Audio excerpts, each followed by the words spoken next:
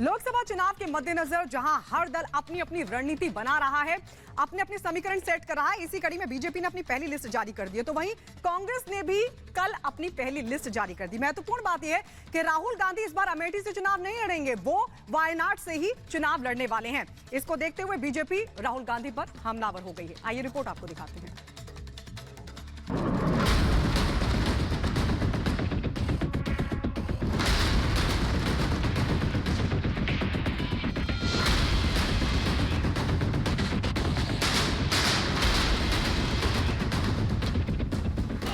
2024 की सियासी जंग का आगाज हो चुका है। ये सियासी जंग हर दल अपने अपने ढंग से लड़ने की कोशिशों में जुटा हुआ है।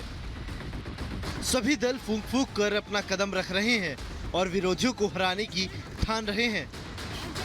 बीजेपी जहां बहुत पहले ही ज्यादातर सीटों पर अपने उम्मीदवारों का ऐलान कर चुकी है, वहीं अब कांग्रेस ने भी कल अपने 39 उम्मीदवारों का ऐलान कर दिया है और पहली सूची जारी कर दी।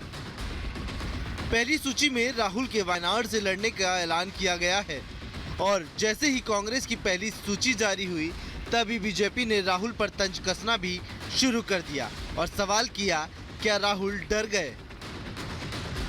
राहुल की अमेठी से दूरी ये दिखा रही है कि उन्हें पता है वहां उनका वोट बैंक खत्म हो चुका है। बीजेपी इसे राहुल का डर बता रही है। बीजेपी नेता अमित मालवीय ने सोशल मीडिया पर लिखा, वे अमेठी से चुनाव नहीं लड़ रहे, डर गए क्या? इसी के साथ बीजेपी नेता डीके सुरेश, जिन्होंने दक्षिण भारत को अलग देश घोषित करने की मांग की थी, उनको टिकट दिए जाने पर सवाल खड़ा कर दिया है। बीजेपी नेता एक एक कर राहुल को डरा हुआ बता रहे हैं। केंद्रीय मंत्री स्मृति ईरानी ने तो राहुल को खुली चुनौती दे डाली।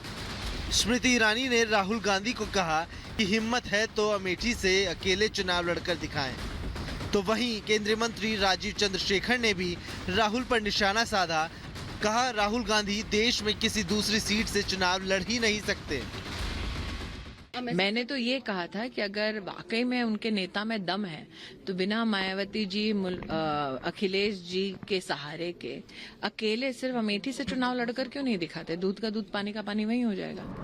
एक तरफ सियासी खींचतान जारी है तो दूसरी तरफ जगत गुरु रामभद्राचार्य जी ने भी ऐसी भविष्यवाणी कर दी कि जिसके बाद अब विपक्ष का भी तनाव दोगुना हो गया है। जगत गुरु रामभद्राचार्य जी ने लोकसभा चुनाव 2024 के लिए भविष्यवाणी की है, जिसमें बीजेपी को 370 सीटों के पार रहने की उम्मीद जताई है। इसके अलावा उन्होंने कांग्रेस की यात्रा को भी बेअसर बताया। जीतेगी बात कितने सीटें मिल सकती हैं? 543 है तो सीटें कितनी मिलेंगी, क्या लगता है आपको? 370 से पार जाएगी। राहुल गांधी न्याय यात्रा कर रहे हैं, उस पर बीजेपी को लेकर क्या प्रभाव पड़ेगा? उससे प्रभाव पड़ेगा। सियासी घमासान जारी है। चुनावों की तारीखों का ऐलान कुछ ही दिनों में होने वाला है। ऐसे में पार्टियां अपने उम्मीदवारों को फूंक फूंक कर उतार रही है, जिससे कि चुनाव में विरोधियों को कोई मौका न मिल पाए। राजनीतिक दलों की कोशिशें अपनी जगह हैं, लेकिन जनता के दिल में कौन बस रहा है, इसके लिए अभी थोड़ा इंतजार करना होगा। Bureau report, Republic Bharat. और अब बात बेंगलुरु कैफे ब्लास्ट की कर लेते हैं।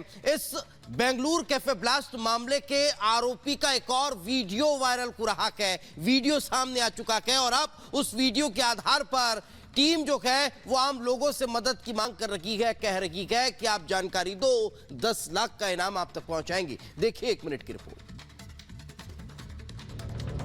एनआईए ने बेंगलुरु के रामेश्वरम कैफे विस्फोट मामले से जुड़े संदिग्ध व्यक्ति का एक वीडियो जारी किया है और उसकी पहचान सुनिश्चित करने के लिए नागरिकों से मदद मांगी है। एजेंसी ने प्रासंगिक जानकारी वाले नागरिकों से info@blr.nia@gov.in पर ईमेल करने को कहा है। इसके अलावा एजेंसी ने 2 नंबर भी जारी किए हैं। बेंगलुरु में रामेश्वरम कैफे ब्लास्ट मामले में संदिग्ध को बल्लारी बस स्टैंड के पास बिना टोपी के देखा गया। बस स्टैंड में बिना टोपी के घूमता नजर आया था हमलावर। संदिग्ध हमलावर को अपना मुखौटा और चश्मा बरकरार रखते हुए चलते देखा गया। संदिग्ध पर 10 लाख रुपए का इनाम है। वहीं ब्लास्ट के बाद एक बार फिर और ज्यादा चमक दमक के साथ रामेश्वरम कैफे तैयार है। कैफे में सुरक्षा के लिहाज से ज्यादा सीसीटीवी लगाए गए हैं और वहीं ग्राहकों की एंट्री से पहले उन्हें मेटल डिटेक्टर से गुजारने की तैयारी है। Bureau report, Republic Bharat. और पाकिस्तान में आज राष्ट्रपति चुनाव होने वाले हैं। आसिफ अली जरदारी अगर आज जीत जाते हैं वो तो पाकिस्तान के वो 14वें राष्ट्रपति होंगे। हालांकि कहा जा रहा है कि उनकी जो जीत है वो लगभग तय है। 1 मिनट में पूरी खबर आपको दिखाती है। पाकिस्तान में आज होने वाले राष्ट्रपति पद के चुनाव में पूर्व राष्ट्रपति आसिफ अली जरदारी की जीत लगभग तय मानी जा रही है। अगर जरदारी चुनाव में जीत हासिल कर लेते हैं तो वो पीएम मोदी का तूफानी दौरा 8 से 10 मार्च तक असम, अरुणाचल, पश्चिम बंगाल और उत्तर प्रदेश का करेंगे दौरा। पीएम मोदी आज काजीरंगा नेशनल पार्क और टाइगर रिजर्व का करेंगे दौरा। काजीरंगा एक सींग वाले गैंडे के लिए प्रसिद्ध है। महाराष्ट्र को लेकर गृह मंत्री अमित शाह के घर हुई महत्वपूर्ण बैठक। सीएम शिंदे, देवेंद्र फडणवीस, अजीत पवार बैठक में रखे मौजूद। सीट शेयरिंग को लेकर हुई चर्चा। महाराष्ट्र की सीट शेयरिंग को लेकर दिल्ली में हुई चर्चा। सूत्रों से खबर 30 सीटों पर बीजेपी लड़ेगी चुनाव तो 10 सीटों पर शिवसेना लड़ेगी चुनाव। दिल्ली में कृषि मंत्री अर्जुन मुंडा ने कृषि कन्वेंशन सेंटर का किया शुभारंभ। कार्यक्रम को भी किया संबोधित। छतरपुर के बागेश्वर धाम में 151 कन्याओं का कराया गया विवाह। विवाह कार्यक्रम में शामिल हुए मोहन यादव। हरियाणा के करनाल से इलेक्ट्रिक बस सेवा की शुरुआत हुई। बीजेपी सांसद संजय भाटिया ने बस को हरी झंडी दिखाकर रवाना किया। मणिपुर के इम्फाल में गन्ने का रस बनाने वाली महिला ने की कैंसर रोगियों की मदद। महिला दिवस के मौके पर कमाए पैसों को दान किया। गुजरात के मोरवी में नवनिर्मित मेडिकल कॉलेज का स्लैब गिरा। हादसे में कई लोग जख्मी हुए। उत्तर प्रदेश के बहराइच में रफ्तार का कहर। ट्रक ने कार को मारी जोरदार टक्कर। हादसे में मासूम की मौत, 5 जख्मी हुए। उत्तर प्रदेश के शाहजहांपुर में ट्रक ने साइकिल सवार को रौंदा। मौके पर हुई मौत। गुस्साए ग्रामीणों ने हाईवे पर जाम लगाया। उत्तर प्रदेश के बदायूं में अलग अलग 3 सड़क हादसों में 3 की मौत हुई। पुलिस ने तीनों शवों को पोस्टमार्टम के लिए भेजा। उत्तर प्रदेश के बुलंदशहर में रफ्तार का कहर। सड़क पर खड़े ट्रक में घुसी तेज रफ्तार कार। हादसे में मासूम सहित 4 की मौत हुई, 3 घायल हुए। उत्तर प्रदेश के अलीगढ़ में बच्चे के विवाद पर अंधाधुंध गोलीबारी। दबंगों ने जमकर किया पथराव। मारपीट में 1 की मौत हुई, गोली लगने से 1 घायल। उत्तर प्रदेश के सहारनपुर में चौकी प्रभारी का नशे में धुत वीडियो वायरल। चौकी प्रभारी को किया गया निलंबित। एसपी देहात सागर जैन ने दी जानकारी। उत्तर प्रदेश के सहारनपुर में पुलिस की बड़ी कार्रवाई। करोड़ों की प्रतिबंधित लकड़ी के साथ 6 तस्कर गिरफ्तार हुए। उत्तर प्रदेश के फर्रुखाबाद में पुलिस की बड़ी कार्रवाई। 4.5 किलो अफीम के साथ 3 तस्करों को गिरफ्तार किया। उत्तर प्रदेश के मुरादाबाद में युवक की हत्या का खुलासा। 26 फरवरी को जंगल में मिला था शव। मुक्ति दिलाने के लिए तांत्रिक ने की थी हत्या। पुलिस ने किया गिरफ्तार। मध्य प्रदेश के दमोह में चोरों के हौसले बुलंद। घर में घुसकर युवक को बांधकर जेवर और नकदी ले उड़े चोर। उत्तर प्रदेश के बहराइच में नेपाल सीमा पर तैनात जवान की संदिग्ध परिस्थितियों में मौत। 42वीं बटालियन में बतौर हेड कांस्टेबल के पद पर तैनात था जवान। अमेरिकी विदेश मंत्री ब्लिंकन और तुर्की के विदेश मंत्री की हुई मुलाकात। स्वीडन के आधिकारिक तौर पर नाटो में शामिल होने के 1 दिन बाद हुई मुलाकात।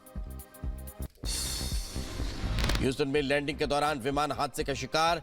यूनाइटेड एयरलाइंस का विमान रनवे पर फिसला। अंतर्राष्ट्रीय महिला दिवस पर अफगानिस्तान की महिलाओं ने दिखाई एकजुटता। तालिबान के दमनकारी प्रतिबंधों के विरोध में लगाए नारे। यमन की राजधानी सना में हजारों की संख्या में इकट्ठा हुए हूती विद्रोही गाजा में फिलिस्तीनियों को लेकर एकजुटता का दिया संदेश। नॉर्वे में नाटो के पनडुब्बी युद्ध अभ्यास को किया आयोजित। नाटो देशों को सैन्य सहायता के लिए किया जा रहा है युद्ध अभ्यास।